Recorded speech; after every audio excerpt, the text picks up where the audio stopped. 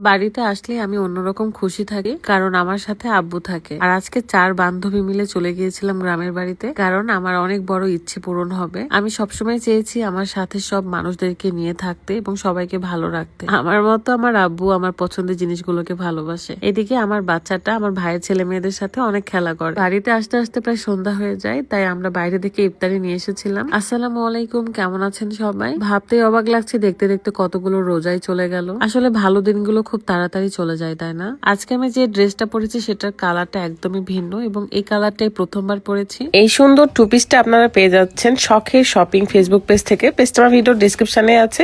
এমনকি এই গাউনটাও আপনারা শখের শপিং থেকে পেয়ে যাবেন। কালারটা খুবই সুন্দর এবং অনেক কমফোর্টেবল এগুলো। আজকে কিন্তু আমি 2 লাগেজ ভর্তি ঈদের শপিং করে বাড়িতে যাচ্ছি। এখন আমার জীবনটা এমন হয়েছে যে যেখানেই যায় না কেন আমার গাড়িটা সাথে করে নিয়ে যায়। কি আর করব, রাতের গাড়ি তো আমাকে দেয় না, বা রাত সবসময় আমাকে রেখে আসতে পারেও না। তাই নিজের গাড়ি চালিয়ে নিজেই চলে যাচ্ছি বাপের বাড়িতে। রাজশাহী থেকে আমাদের বাড়ি প্রায় 40 কিলোমিটার দূরে। সো 1 ঘন্টার মধ্যে আমি চলে আসি। এন্ড প্রত্যেকবারের মতো আব্বু ওয়েট করে কখন আমি আসবো এন্ড আমাকে নিয়ে বাড়িতে যাবে। আমার মতোই যত্ন করা শিখেছে আমার আব্বু। আমি যখন গাড়িটা ঝাড়ছিলাম যে গাড়িটা এখন কাভার দিয়ে ঢেকে দিব, তারপর বাড়িতে যাব, তখন আব্বু আমার হাত থেকে নিয়ে ভালো করে ঝেড়ে দিচ্ছিল এবং রুকাই এখানে মজা করতেছিল বসে বসে। আসলে এখান থেকে আমাদের বাড়িতে যেতে কাঁচা রাস্তা পড়ে, মানে মাটির রাস্তা পড়ে, এবং সেখান দিয়ে কিন্তু গাড়ি যাওয়ার কোনো ব্যবস্থাই নাই। 5 মিনিট দূরত্বেই থাকে আমার গাড়িটা। সো মাঝে মাঝে এসে একটু দেখতে হয়। আমার এই মহানগর গ্রামে কখনো MX-5 আসবে ভাবতেও পারি নাই আমি। আসতে না আসতে দেখছি এত সুন্দর জমির বিছন উঠেছে, সবুজে সবুজ হয়ে আছে, খুবই সুন্দর লাগছিল। তার মধ্যে আজকের ওয়েদারটা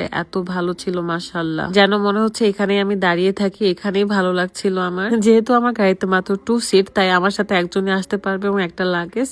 আর তৃষার হাতে বড় লাগেজ দিয়েছিলাম। তারা 2 জন এসেছিল সিএনজিতে করে। আসতে না আসতে ভাইয়ের বাচ্চাগুলো আমার কাছে চলে আসছে, আমি কি নিয়ে আসছি না নিয়ে আসছি এগুলো দেখার জন্য।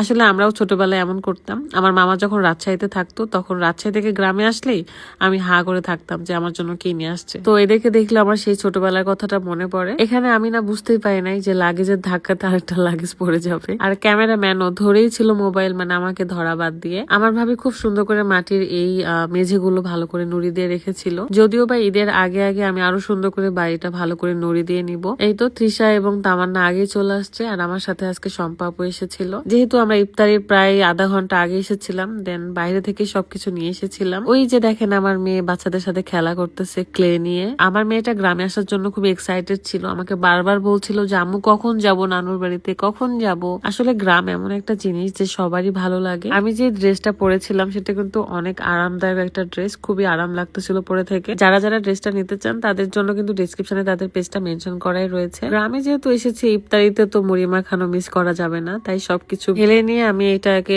মুড়ি মাখানোর জন্য প্রস্তুত করছিলাম। এন্ড ভাইয়া ভাবিদের জন্য, বাচ্চাদের জন্য যা যা নিয়ে এসেছি সেগুলো ইফতারির পর খুলে খুলে তাদেরকে দিব। আপনারা আমার গ্রামের ভিডিওগুলো অনেক বেশি পছন্দ করেন, কারণ আপনারাও টায়ার্ড হয়ে গিয়েছেন শহরে থাকতে থাকতে। শহরের জ্যামজট, শহরের মানুষগুলো অনেক ব্যস্ত। গ্রামের মানুষরা তো একে অপরের খোঁজ খবর রাখে, একে অন্যের বাড়িতে এসে এসে গল্প করে, কিন্তু শহরে এগুলো কিছুই হয় না। যদিও বা আমার জীবনে আমি এই ফিলিংসটাও পাই নাই, কখনো কারো বাড়িতে বসে বসে গল্প করা, এগুলো আসলে কোনোদিনও হয়নি আমার জীবনে। আমি একা ছিলাম, আজও একা আছি, শুধু পরিবারে এখন কিছু মানুষ অ্যাড হয়েছে, এটুকুই।